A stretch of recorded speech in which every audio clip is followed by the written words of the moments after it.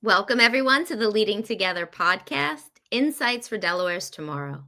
In each episode, we sit down with the top minds and leaders from Delaware and across the United States who are so gracious and willing to share their perspectives in ways that help advance FSE's mission, which is to raise capacity, build awareness, and really elevate school board leadership across our communities. I'm your host, Julia Kelleher. I'm the Executive Director of First Aid Educate, and thanks for joining us today. We have a great show ahead. We're speaking with someone you're going to get a chance to hear from, someone who's seen education from both sides, which is a rarity. You know, a lot of times your perspective depends on where you're sitting, and our guest today has diversity of perspectives because he's been seated on both sides, the State House and the board table. So I'm pleased to introduce you to Brad Wever. He spent more than a decade helping craft education policy in Michigan. And he also worked on a state budget, which when you're doing policy and budget, I think that's a neat combination. But he decided to serve locally too in his school district in DeWitt. And that's where his three sons attend public school. So this combination of policymaker, parent, and board member, it really just gives Brad a unique vantage point on the bread and butter of what FSE looks at every day, what boards really need to understand to lead well, how funding works, and also how governance kind of differs from management and how boards can kind of embrace these challenges. So thank you so much for being here today, Brad. It's an amazing opportunity to talk with you. I'm so excited for this. Thank you for having me. I really appreciate it. Sure. So I gave a little bit of an intro, but you've spent years in shaping policy at the state level and budget and legislative initiatives and, now on a school board. Like, tell us, like, how did that start and how'd you wind up on that path? So I was in college, I was the guy that wanted to be an attorney, and I wanted to, I wanted to work in the courtroom. And then I quickly realized that I wasn't as fast of a reader as I needed to be to go through law school. But I still made it into the policy arena, and I served as an intern my senior year of college, and that kind of started me on this path in state level politics. And to be honest, even while I was in college, I didn't really understand state politics too much, but made my way up and eventually moved to become, and it just by happenstance, the legislators that I was working for worked in education. It was higher education, it was K-12 education, it was both on the policy side and the budget side. And so that's how I really got engaged, was working for them. And it kind of, the bug kind of bit me, and I stuck with it. And so I really started working full-time in education policy at the state level, probably about 2012, maybe a little bit earlier than that. These were the Michelle Rhee days, right? I mean, we remember students first. We remember, evaluations, last in, first out, all of those things. And that really kind of ingrained me into wanting to be an education policy person, and progressed from there. Worked for a charter school authorizer in Michigan, Central Michigan University, did their public policy work as well as a lot of communications types things. So got my taste of the charter school world as well. Eventually made it around, and now I made it to the House Republican Policy Office. And essentially what that is it's a group of advisors for the Michigan legislature that has a specific issue area. My issue area was education. So I got the budget as well as education policy. And most people would look at that and go, well, you only really had like 2 committees to cover. But I always like to point out to people that there were more stakeholders involved in education than any other issue area. You got parents, teachers, administrators, business officials. Everybody's got a stake in this, and they're not easy issues, and that's really what I enjoy about it. But it's been a long journey. It's hard to believe it's been almost 25 years. I know. And a lot of changes. So starting with the reform in DC that happened, I think you have a neat experience looking from the charter perspective, but also from inside of an IHE, looking at how to build capacity. But then, you got to a school district. So how'd that happen? So this is my wife's fault. I completely blame her. And one of the things I always used to gripe and moan that people didn't even know their state elected officials. They look at and they see Congress, they see the president. They're very visible, right? And they don't know who affects them locally. Their township Right. official. They're here in Michigan. We have townships, cities, villages, whatever it might be. These folks have a bigger Sure. impact on your daily life. And school board is certainly one of those. So my wife saw a post on Facebook, took a screenshot, and said, "Hey, we've always talked about people getting more involved. So here's your opportunity." At that time, I'd been working. I worked for the legislature, and yeah, so I took the plunge and put my name in to be a school board member. That was Mhm. 7 years ago. And it was a competitive race? It was a competitive race. We had Mhm. five of us for two positions. Oh, And, okay. the teachers union took no position. I Mhm. will say my experience in running a political campaign, previously Mhm. worked with legislators, helped. Sure, Uh, helped. Mhm. that year, this was 2018. That year was uh, very pro women, and if you were a Mhm. woman on the ballot, down ticket, Mhm. um, that you were going to win. I mean, you had a very good chance. It was Mhm. a backlash to Trump. It was the first midterms, that Mhm. type of thing. And the women performed very well, but I got second place by 91 votes. Oh, So it was wow. pretty close. Yeah. Pretty close, yeah. Well, Yep. yeah, okay, so then the more on the job training, right? Because if, the beginning of your story was like, I got an internship and I went there and education was, you kind of learn as you go, right? So did it Absolutely. even though you came with all of that legislative experience, did you still feel like you were learning on the job when you got into the board seat? I will readily admit I thought I knew a lot more than I actually did.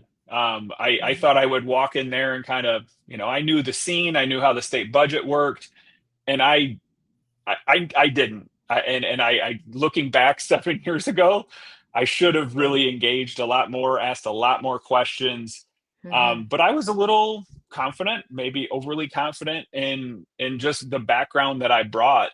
I certainly brought a good perspective. I'm not saying that it was not that, but Mhm. um, there's a lot you need to learn from a local Sure. governance standpoint.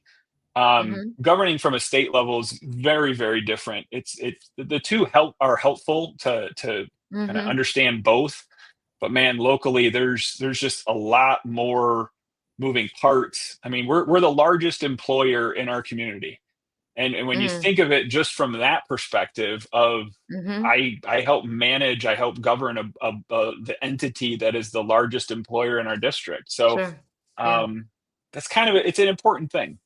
So. Yeah, entirely. And you raise it's an interesting um alignment of perspectives or comparison of perspectives. It came up for me when the we had reassessments recently in Delaware where they redid the property taxes for the first time in a very very long decade. So there was a bit of a shock to the system because you can imagine how much real estate values have Yeah. changed, right? And the whole process unfolded with as many processes do, but it had its share of bumps along the Mhm. way. And so I was thinking about, the perspective of someone who lives in the school district, sends their child to the school district, and works in the school district. And when you think about property tax, it affects that one person in three different dimensions, which I think is exactly what you're saying. You're seated on the board to act in the best interest of the district, which is the outcomes for the kids, right? But at the same time, your employee is the largest employer, right? So Yeah. it's not as straightforward as it might seem. Well, in not only just the largest employer, I mean, I think about it even from this dimension. In our community, our facilities, I mean, the Mhm. local community soccer club or baseball club, I mean, they utilize the facilities that are paid for Mhm. by the taxpayer resources. I'm part of managing those resources, and Right. what should we do? Should we invest in a better swimming pool? Should we invest in a better baseball field or an arts Right. facility in some way? So those are important decisions for your community, not just for Sure. outcomes of kids, which is really important, but for how the community operates and Sure. what property values are going to be in your community. Yeah. Um, we happen to have really good property values. I mean, we're the highest property values in our county in Michigan. Mhm. So, I mean, Mhm. we do really well with the resources that we have, but Mhm. I mean, and I'm kind of transitioning here. I mean, part of why I did this was our kids could roll out of bed in the morning and just be fine, because they've got Mhm. good support systems at home. But that shouldn't be good Mhm. enough, right? I mean, it should Right. be, we should be striving for more Mhm. than just getting by, I guess. Right. Yeah, I agree, and I want to talk a little bit to frame like what the community is like, but just to go back, is would professional development, or this kind of support training, onboarding, would that be important for a new board member when they come into the seat, when you came in, when new people are coming on board, to kind of get your bearings? Absolutely. And again, my perspective on this has changed dramatically over the years. And like I said earlier, when I came in, I was pretty confident in my ability and kind of what I thought I knew. I also came from a charter school authorizer standpoint, and kind of a strange thing. Charter Central Michigan University appoints 350 board members every year. They Mm. onboard, not every year, but they have 350 board members that are governing their school, the schools that they authorize. Mhm. They support them with board training. They support them with onboarding. They support them with all kinds of networking things. And I thought, oh, I kind of understand this stuff. I mean, I'd see Yeah. it, but you really have to kind of sit in that seat, but then also get the training on the side to really just Yeah. understand what are these Mhm. dynamics? Where should I step in? When is it appropriate to step in? When am I stepping in and going too far? Mhm. Where is the Mhm. line drawn between governing and managing a district? So, Yeah. those are all things that I've learned over the years, really Mhm. on the Mhm. job. But I think having some sort of just baseline training of, how is this supposed to work? What's the ideal Right. Right. situation? Right. Right. Right. It's never going to be that, right? But just to have that baseline, I think would have been For sure. very helpful for me. Yeah. Yeah, I agree, and I'm inclined. I mean, we First Aid Educate provides a whole series of courses via our Knowledge Hub, and we offer digital certificates that are portable. I mean, we really do recognize that that support is needed. The one thing I'm trying to stand up right now is, and I'd love to know what you think of this. It's where it would be, to your point about how it's supposed to work, creating like communities of practice. So if there are 100 board members in Delaware, creating a space where people could learn together and look at case scenarios and talk through them in a low risk Yeah, environment, right? Like, hey, yeah, what do you think? What would you do? I don't think there's an opportunity to like walk through scenarios when the issue's in front of you. You kind of figure it out when that's the matter for the day. absolutely. And I think where I've learned the most is when I've been able to interact with other board members in exactly Mm, what you're talking about. It's very informal situations, and they come through. They're not as intentional as they should be, but these are, maybe a regional meeting that gets called together of kind of board members, and you talk to mhm, somebody, and it's something as simple as this of we evaluate our superintendent every year, and one of mhm, the parts of the evaluation is, well, what do their staff think of them? mhm, And I was told originally when I came in as a board member, you don't talk to staff.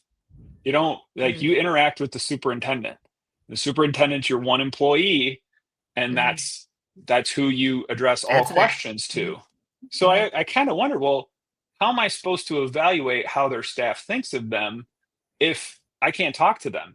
And Right. it was this kind of strange, well, just take my word for it. And it's like, no, Uh-huh. it's not the point of this. But Right. um I've learned over time, I mean, from talking to other board members, it's absolutely appropriate to talk to teachers, administrators, certainly community Mhm, members about what's happening within the schools. But again, mhm, knowing where those lines are drawn, that's a tougher mhm. thing to understand. But having a community of practice like you're talking about, or just Yeah. a kind of circle of people that I could call and say, hey, Mhm. we're dealing with this. Yeah. how would you deal with that? I think would be great. It'd be Yeah. Well, helpful in a lot of thanks. scenarios. Thanks for that feedback because we want to build things that are useful to the field. We don't want to just come up with here's the thing we think would be helpful for you, and no one else thinks it's actually a good idea. Want to avoid that. Yeah. I think So, simple networking opportunities of just mhm, meeting other board members, new board member meetups, board president meetups, mhm, people. I mean, I'm the vice president of my board, and I'm so thankful mhm, that my board president's kids are younger than I am because he'll be the board mm, president longer. And because I never uh-huh. want to be board president because I'm scared of running a meeting. That's funny. That's really I funny. had to We run my we the first meeting when he was absent, and I was uh-huh. so nervous. I've been that nervous in Yeah. a while. That's funny because it is like all attention's on you, right? Yeah, Although yeah, not everyone understands Robert rules. So tell us a little bit about the community in DeWitt. Like how sure. big is it? You said about, the children will be fine when they roll out of bed, they'll still be okay. Has it changed for all that, is it the same place it was when you started? Probably not because of COVID. Yeah, COVID's changed things a little bit, and I think the story of DeWitt is the story of a lot of suburban communities. So I'll give you the kind of baseline Mhm, numbers. Our district hovers around 3,100 students. So we've gone as low as almost 3,000, maybe a little bit higher than 3,100, but it's mhm, right around there. It puts us. I mean, we're kind of a medium-sized district in the state of Michigan. Michigan's got a mhm, lot of districts, so we're not like the southern states that have like 20. We have mhm. 500. So, Uh-huh. but very well-to-do community. It's like I said before, we have a high median home price, Mhm, medium home values. I'm sorry. So raising money through our property tax assessments is usually not a problem. We have a very mm, supportive community in terms of education. I think the biggest thing is that our community is defined by our school district. We have the mhm, city of DeWitt and then the township of DeWitt. But when people think of DeWitt, they think of DeWitt Public Schools, and they think mhm, of our football team and our baseball team and all the things that we do within our community mhm, and our larger Lansing community. So, but we very high support from families at home. You see a lot of engagement with parents wanting to come into schools. All that stuff is great, but we also have our challenges of, there's a divided community on things. We're a growing community, so you have the folks that have been here for a long time and kind of like it to mhm, be a small suburban mm, community of Lansing, and mhm, then others that want to see it grow and change. And mhm, for us, it's managing that. We want to keep the small town feel, but also kind of recognize, our facilities are, like I said before, facilities are super important to our community, and being a leader there, we have the opportunity to mhm. transform a lot of things. So Yeah. It's interesting. I'm sure that it's true in Delaware in many places too, where the district is a central part. I mean, I don't know, in great depth all of the districts, but I have heard people really talk with a level of fondness about going to the Friday night football games. And I think that the schools and community, if they're kind of interconnected. So the one thing that I think is interesting that comes up, especially when you're talking about the facilities and maintenance, you need money. Like yeah. districts need money to operate and to be a real strong, great resource for the entire community. How's your budget work? I mean, how much are you? Does Delaware's getting ready to redo their funding formula, so Yeah. Michigan has already done that, right? Yeah. So this is where my state legislative experience helps. Uh Um, huh. so there's really three levels of funding, and every state's got these: state, local, and federal. So our federal funds flow through pretty much just like everywhere else. Um, Hmm. our state funds are a little bit different. So we have a statewide assessment on all property that goes Hmm. into our school aid fund. We also have sales tax. Portion of our sales tax goes into our school aid fund. And then there's non-homestead property exemption. So your primary residence, you get a mill reduction off of that. Every other property, all of that money goes into the school aid fund. So the way that funding actually works and the way that we've equalized things over the years, and this is just general ed operational funding, is the money that you raise locally. Essentially, the math is this: you take the number of kids, multiply it by the what we call the foundation grant. Right now, it's about $10,000. You multiply that. That's your total funding. Then you subtract out what you've raised locally. That stays with you. If it's below that total amount, then the state supplements the rest of that from the state aid fund. And what essentially that did is, in districts like Detroit that have a lot of property but very low property values, is they could never raise enough money to be able to kind of fund their districts in the way that a DeWitt could. And so by gathering it at the state in a certain way and then distributing it back out to districts, that helped to equalize funding. And we equalized funding for all districts, right? I think it was right before COVID.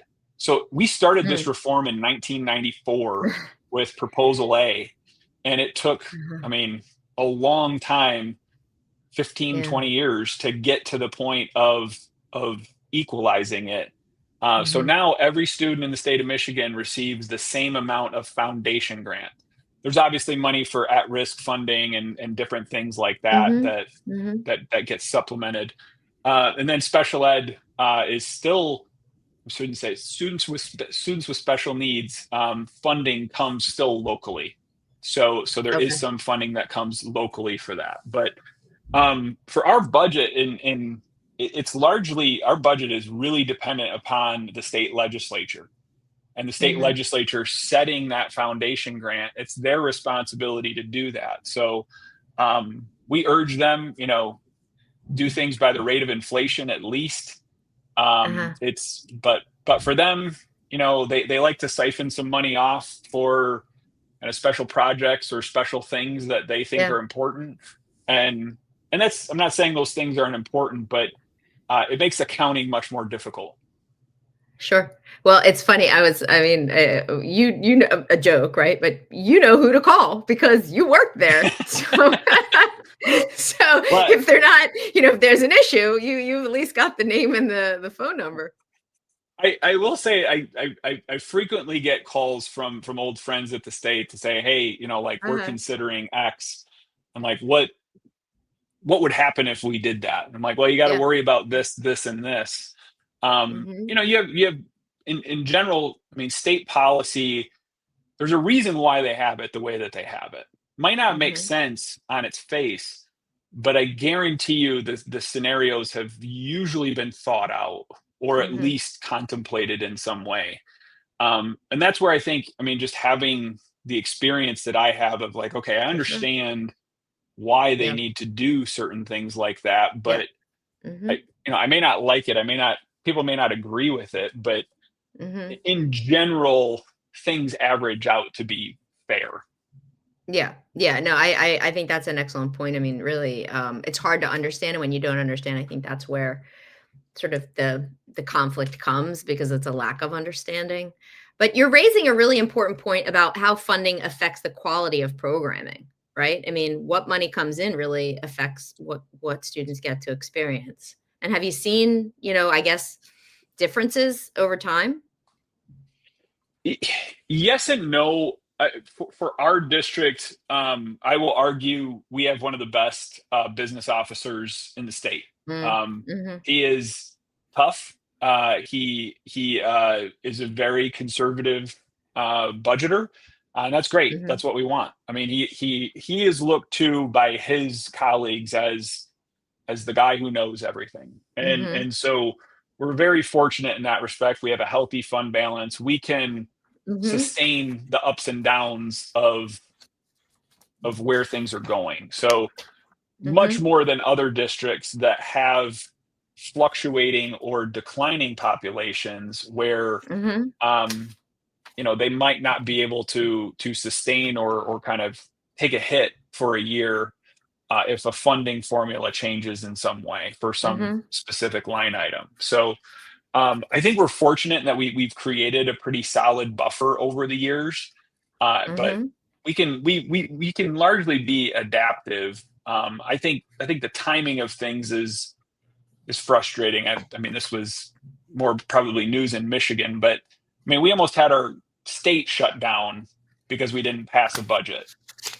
Oh, wow. So they passed a 7-day continuing budget, Mhm. just because they waited 3 months to do it.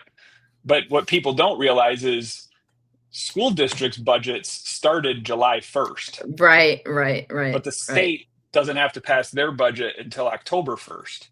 Mhm. So for 3 months, we're essentially Mm. sitting there going, well, we hope we got it right. We hope so. Right, yeah, yeah, And yeah. we've got to adjust. I mean, we got to amend the budget every year, but well, most years I should say. But yeah, it's the timing of things, and I think looking at it from a state level, I was always like, oh, I'll be fine. I can just borrow money. Like it's not that big of a Mhm. deal. But now at the district, I'm like we might have to lay, People Stephen off, off, right, like, yeah. or Yeah, somebody yeah, who's like a one of our instructional coaches or something like that. right. So Yeah, it gives it a lot of different perspective. for sure, for sure. So you mentioned the business office and then, just talk a little bit about the leadership of the district, right? I mean, how many different superintendents have you worked with and kind of how's that relationship been? Yeah, so I've had the opportunity to hire two superintendents in my Mhm. 7 years. So when I came onto the board, I was a that superintendent had been there at the time, I think 7 or 8 years, had led the district through a lot of tough times. I mean, people don't Mhm. remember in Michigan, we did not come out of the Great Recession like everybody else did. I mean, Right. we struggled much through the 2010s. So Mhm. he led through some pretty lean budget times. Good superintendent, great administrator.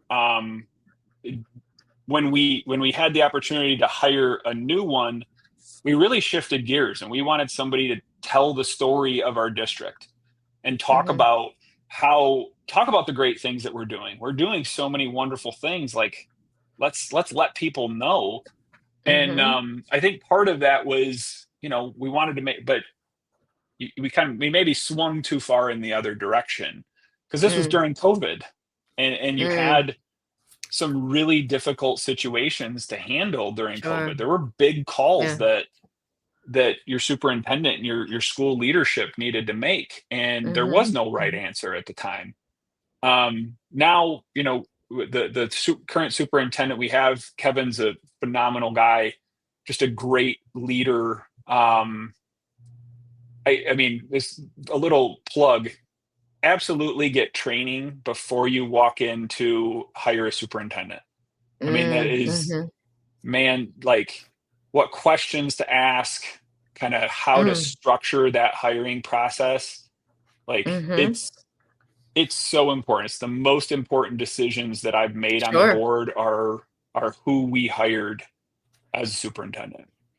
That's an excellent point. That's an excellent point. I also think you're making a really interesting point too about what leadership is needed at what moment. It's a continuum. It's not you were a good leader or an ineffective leader. It's what was the moment, and everybody brings a Yeah, unique profile and a unique portfolio of skills. So one person might be great for a particular moment in time, and then as conditions change, you need someone with a different skill set. And I don't think there's any judgment there, just how it is. absolutely, absolutely. And you know, leadership is so important in a district. I mean, the Mhm. teacher, from the teachers and the students to the parents. I mean, they want to see these individuals out in their community. They want to see, I mean, out in the bus line, or during parent Right. pickup. All these things, like, they seem small, but the Mhm. good ones do that, and the good Yeah. ones see the impact. That it's not just about what happens in the boardroom, and certainly that's important. Mhm. But our community especially, I mean, we just hired a new athletic director. Holy cow. I mean, Mm. for our community, that's a critical position. Yeah, I bet. And it was, you know, it was a tough process, and I was able to sit Uh-huh. in for the last portion of it as a board member. But um, yeah, those hiring, man, is so important, especially in a school district. Yeah.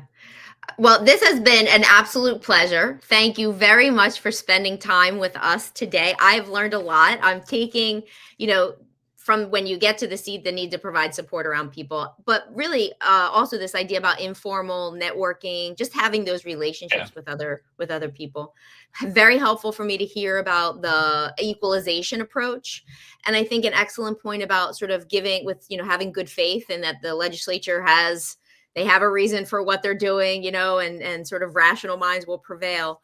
But this final point about the leadership that's needed at the local level and how to really select how to get training to know how to really select the right leader. That's incredibly valuable for us. Well, I'm going to take that as a takeaway to build out a program there. absolutely, Yeah. absolutely. So thank you again. Appreciate everything you do for your community, and thank you for spending time with us. I Yeah, hope that our guests have enjoyed the show. Thank you to every board member who stands up to lead. If you'd like information on school finance or superintendent evaluation, you can find those in our Knowledge Hub. Thanks again to everyone for tuning in. We look forward to seeing you next time.